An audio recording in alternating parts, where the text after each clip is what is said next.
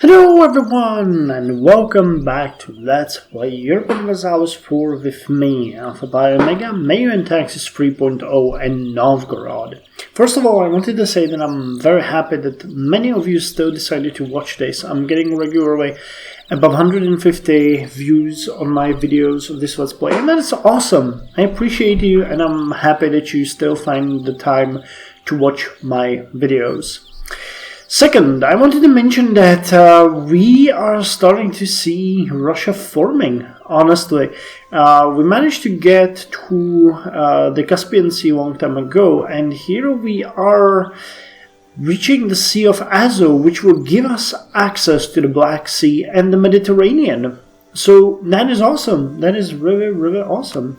Actually, yeah, okay, so we have the first province in the actual Black Sea region, which means that we can start another fleet of ships that will patrol this area. However, it brings issues. With this expansion, we are getting closer than ever to the Turkish Empire. We will have problems with Sarbadar down the line, and we will be seen as a threat. Also, we are growing really rapidly, and I think that the next couple of years will be peaceful again. I know it's peaceful, but still, you know, we need to incorporate all of the provinces. We got a lot of them. So it's gonna cost us additional, what, 20, 40, it's 46, so 76, 86, 96, 103 admin power before we can even start coring all of them. Plus, we're having a lot of unrest in our provinces, so we'll need to deal with that. I also checked that after the war has ended, we are severely above our land force limit, but we can pay for it. So I don't actually mind it. We'll see if this number might go up a bit. At this point, with the unrest that we have, it is a good idea to have more troops and keep the peace. What's good, though, is that our autonomy is really dropping heavily. You can see that this entire area we actually control pretty well. We're starting to control very nicely even the Finnish territories. And the only place that we really don't have under our control is the territory beyond Ural. But it's gonna fix itself eventually, as we will see,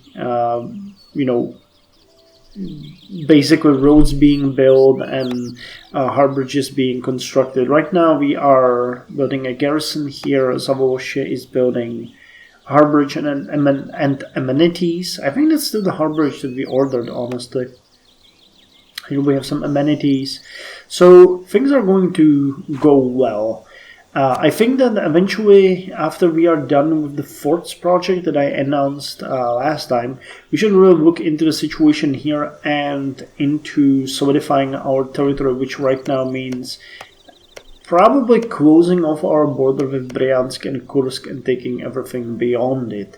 That will be my next immediate goal. We'll also need to look into the whole situation. I decided that Samara will be our fort, right? Yes, we're building the bastion there. So I'm gonna invest a bit into this province to see if I can do something there. I don't actually see any major rivers here that would be beneficial. Yeah, so probably the... Oh wait, that's the question. Probably the best way would be to build a harborage in Obdora and hope that there can be a connection to Zavoloshe, but I'm not entirely sure. Yeah, well, it's a bummer. We'll see about that. But again, this is far into the future because we don't even control these territories. But Pinega and the other ones could be fairly easily taken under control if we could just build harborages there. Yeah, the rivers here and everything are kind of fine, but yeah, these, you know, as far as development goes, you can see it easily here that, oh, come on now, that the most important core lies here, and to a certain degree down here, But that province is also under our control, so we are getting what we need, and that is good. The 4 major cities that we have, Veliki Novgorod, Zavoloshe, Nizhny Novgorod, and Moskva, and with a certain addition, Sarai al-Jadid, are all in the zone that we control fairly well. So yeah, that's where our riches come from. Now, I also, or not restarted, but we are again building a spy network in where are you here? In Teutonic Order, so I think we can maybe put additional claim on some of these provinces. I wanted to take the provinces around the Gulf of Finland, so that would lead me to claim Ravala. Yes, okay. We're not going to go into war at any point in the near future, but we will eventually. We're having rebels organizing in Fante, which is a bummer, but I have my units ready here, and I can move them to Fante to suppress the rebels when they pop up, which is going to be very soon. Dorofei Barashov is a decent general, so I'm pretty sure that he will be able to suppress the enemy no matter what they do. And we are building 2 colonies, Tim and Chubdan. And this is something that I haven't really spoke about with you guys before, but we managed to get a colony via expedition here in Kubdo. I'm not doing anything with it, I'm just keeping it there, and I decided to cut off English Columbia from expanding. We might go with Sueva, and probably a colonial nation would be formed there. I'm not entirely sure. I'm not interested in these colonies, honestly. They're too far to be good at this point, but later on they might bring some riches to us. Remember, we are a nation that is after trade. So wait, why are you here? I think you're supposed to be in Veliki Novgorod, so march there. So where are we building the forts? Or the bastions? Oh! Kazakh Horde. Yeah, I was expecting this. We do have a general, but I'm pretty sure we can take them down. Okay, so wait. We are building them in Nizhny Novgorod, in Samar, in Veliki Novgorod, and that means we are not building them in Sarai al-Jadid, where we want to as well. Okay, so that's gonna be the next one. Moscow would also benefit from a large fort, so I'm gonna look into that. Yeah, it's much bigger than Nizhny Novgorod now, but way smaller than Veliki Novgorod, where we have 217,000 people. Well, in Moscow we have 59,000. Okay. How many do live in Puri at this point? Because you can see our province clearly on the map. Puri has 310. Okay, so we're about 2/3. But our development is grossly larger. So I'm going to save money for the fort in Sarai al-Jadid, and when I can, I'm going to build it. We're not getting a whole lot of money due to the fact that we are paying insane amounts for our army, but I guess that's just how it is. Are you going there? Yeah, you are. You do have separatism of 27. Okay, that's going to be fun. That's gonna be fun. Well, the rebels have a really good leader, a better leader than we do, but I think we're gonna win this anyway because we were waiting for them and got a good starting phase of the battle. Come on. Oh my god. Crimean rebels have crossed over. Go and fight them then. They do have a leader. Let's put our our knyaz on that. Okay, so you please finish this battle. I think that we can eliminate them if they know. Oh yeah, okay. No one there. Good. Good. So we're gonna deal with these rebels. We reconquered Silabe. Unfortunately, unfortunately was the province. Fortunately, they did not really increase the separatism as it's already maxed out. So you guys, how are you doing? Oh, good. Okay, they're Crimeans, so their technology sucks. And with the bonus from our general, they will be doomed. And are actually retreating to where? Sarai? Okay, follow them. What we have done here is that we managed to finally convert Chuvash. Now we have 32,000 Orthodox Christian there, and we have 23,000 Muslims. Bubonic plague has spawned. I started converting Samara because that one is the easiest and should be converted within a few cycles. There's 52,000 Sunni people there. I like how we're spreading. There's going to be a lot of work ahead of us. Once we conquer the coast of Finland, I'm going to have to convert the two. I don't like, the Catholic here, and I would like to convert Finland itself as well. But we'll see. Let's do it strategically. I just want to push this down a bit. These are just some huge provinces, so it's not really a problem. This is also pretty big, so yeah, it shouldn't be such an issue. We're also investing into coring. I think at the end of this year we're gonna have all of them being cored, but it's gonna take a couple of years, give or take a decade. The autonomy is not really changing. We have centralization, which is now fairly respectable. 42 seems like a good place to be, and it still changes by 0.15 every year. The effects, as you can see, are starting to ramp up. We have increased fort maintenance, but lower technology cost, increased global trade power, and morale of armies.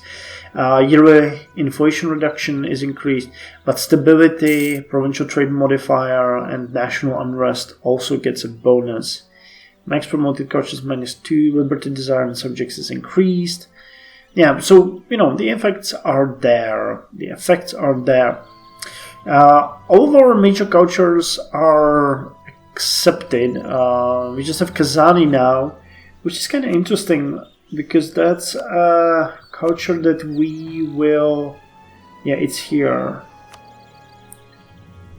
Do we have all of it? Oh yeah, it seems like we have all of it. Okay, so Yaik and Bouquet. Yes, they're no guy. So it will never grow over 4%, which is actually pretty good. But I'm really worried about the unrest. We need to have that go down. And there's a huge amount, and I mean a huge amount of various cultures and provinces that, hate us. So at least the general territory that I would consider core of our lands is okay. It's really limited to just the new provinces. Okay, you defeated these guys. I think I'm going to start drilling my armies again because the army professionalism is dropping. So you guys are not needed. Let's get you back to your army. You guys are also not needed. Where's the next rebel uprising? Mongolian separatists. There's going to be 8,000 of them in Manage, Sarkel, and Uvek. Manage Sarkel and Uvek, that's where... Okay, Sarkel is here. Let's find the garrison. Manage is here and Uvek is over there. Okay, that's not going to be cool. Let's actually move it to Uvek. We might need reinforcements on that. Technology-wise, we are moving towards the Royal Exchange, which is good. We're going to have the Heavy Galleon very soon. And after that, we're going to jump direct to Friedecker. Caravel will be phased out at level 30, so in a couple of levels, which is also good. We are really lacking in the administrative technology. I think I'm gonna give it a break in the couple of next decades. We could go with free trade, diplomacy ideas, maybe culture. Russians are very cultured people, from what I found, so I think that culture would go well. Base diversion, stability, Euro prestige, Republican tradition, that's really important for us. Extra wait, no. Okay, Euro patronage, academic district cost, culture conversion, resistance, diplomatic reputation, possible advisors, female advisor chance, nice. Institution embracement cost and cost of advisors with reverse culture. Well, it's not, great, but it would be good. Mercantilism and free trade would probably go a bit further. Caravan per trade steering. Well, what I mean is just no administrator. Maybe you could even take some military ideas. I'd kind of like the naval quality. That give me a benefit to. No. So just quantity or standing army. I'll have to look into that a bit more and I'll see. We keep having problems of rebels that cross into our territory from surrounding countries. Like now we have the Kipchak separatists crossing into Samara and then moving towards Bersh, where we are going to meet them. Head on, guns blazing. As far as our country is concerned, we are now coring all of our provinces and are amassing administrative power again to finish the bureaucracy ideas. Missionaries are working overtime and we are constructing all 4 of the bastions, which is actually pretty cool. I'm happy to see that. Rebel factions, unfortunately, still keep popping up, and we got an extra free merchant, which I placed into our trade node at the Gulf of Guinea. So now we have him there transferring, well, not much, but transferring. So that's actually kind of cool. Hey, +1 stability, that's going to help with the unrest. Not much, but a bit. Plus with centralization and other stuff. Good, good, good. So stability keeps increasing even now, which is kind of cool. We might be able to get to +2, maybe, in a long time. Provincial corruption is increasing. I'm happy to say that nobles are now at 55 power. We should take them down a bit. Oh, we could hold a grand celebration again. I'd actually like that, maybe. I don't plan on dealing with anything here for now. I'm happy with the numbers as they fell. If anything, I would like to take down the burghers a bit, but nobles remain the privileged elite. If we could get them, though, to a decent place, we might be able to rule much better. So that's our primary concern. As far as communications go, you can see that it's going all the way to Kazan, and from Kazan through Chuvash to Uvek and Saraya al Jadid. Samara seems to be, yeah, it has no hard bridge. Actually, nor do you. So this is based, no, you have hard bridge. You don't, but you are based on roads. You don't either. Also, so these guys are based on roads, and you guys are based also only on roads. That's weird. Your local autonomy is way better, and it's even decreasing. Interesting. I don't know how that would work. But it's working pretty well. You know, these core territories, those are the most valuable anyway when you look at it. These ones I'm not that interested in. Zavolosha is developing nicely. We have still the hard bridge and the amenities being built. But we'll see how that's gonna go. And I haven't checked the plague. There was a plague somewhere.